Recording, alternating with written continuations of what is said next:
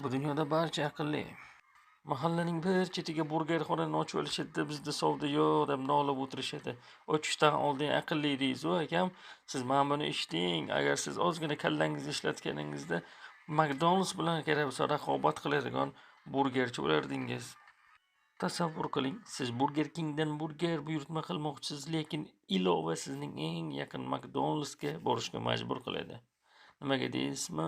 Bu tarixdagi eng aqlli troll marketing.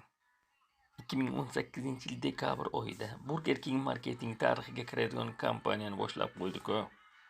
Ularning maqsadi oddiy edi, o'zining yangi mobil ilovasini ommalashtirish edi.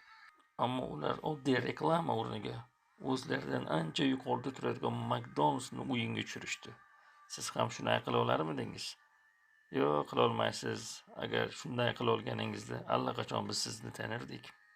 O'yin qoidasi shunday ediki, agar siz Burger King ilovasidan burger zakaz qilmoqchi bo'lsangiz, McDonald'sga borardingiz.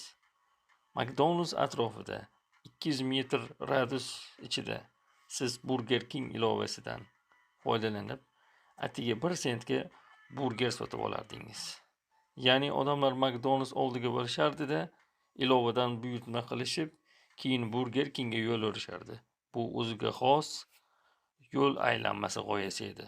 Siz McDonald'sga kirasiz, lekin burger olish uchun Burger Kingga borasiz.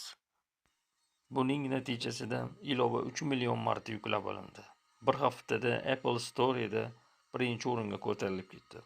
Kompaniya $9 million media qiymatni hosil qildi va eng muhimi, butun dunyoda Burger Kingning jasorati hazilni gapira boshlashdi. Xulosa qilib aytganda, bu ishni siz ham qila olasiz.